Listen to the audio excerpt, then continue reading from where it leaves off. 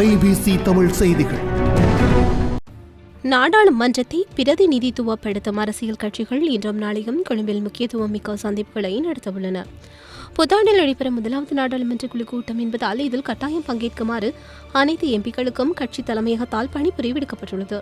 இதன்படி ஐக்கிய மக்கள் சுதந்திர முன்னணியின் நாடாளுமன்ற குழு கூட்டம் இன்று பிற்பகல் 3 மணிக்கு ஜனாதிபதி மைத்ரிபால சிறிசேனா, முன்னாள் ஜனாதிபதி மஹிந்த ராஜபக்ஷ ஆகியோரை தலைமையில் நடைபெறவுள்ளது. புதிய அரசியலமைப்புக்கான வரைவுகள், அரசமைப்பு பேரவையின் பணி, நாடாளுமன்றத்திலும் தேசிய மட்டத்திலும் பிரதான எதிர்க்கட்சியின் அரசியல் வகிப்பாகும் என்பவை உள்ளிட்ட ஐக்கிய தேசிய கட்சி தலைமையிலான ஐக்கிய தேசிய முன்னணி அரசின் நாடாளுமன்ற குழு கூட்டம் பிரதமர் ரணில் விக்ரமசிங்க தலைமையில் இன்று மாலை அல்லது நாளை காலை அலரி மாளிகையில் நடைபெறவுள்ளது.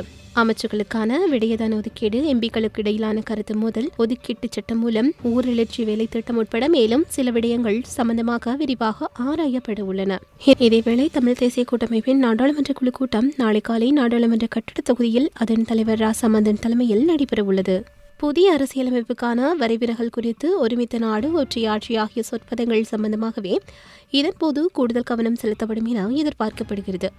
புத்தாண்டுக்கான முதலாவது நாடாளுமன்ற கூட்டத்தொடர் நாளை பிற்பகல் 1 மணிக்கு சபாநாயகர் கரு ஜெயசூரிய தலைமையில் கூடவுள்ளது.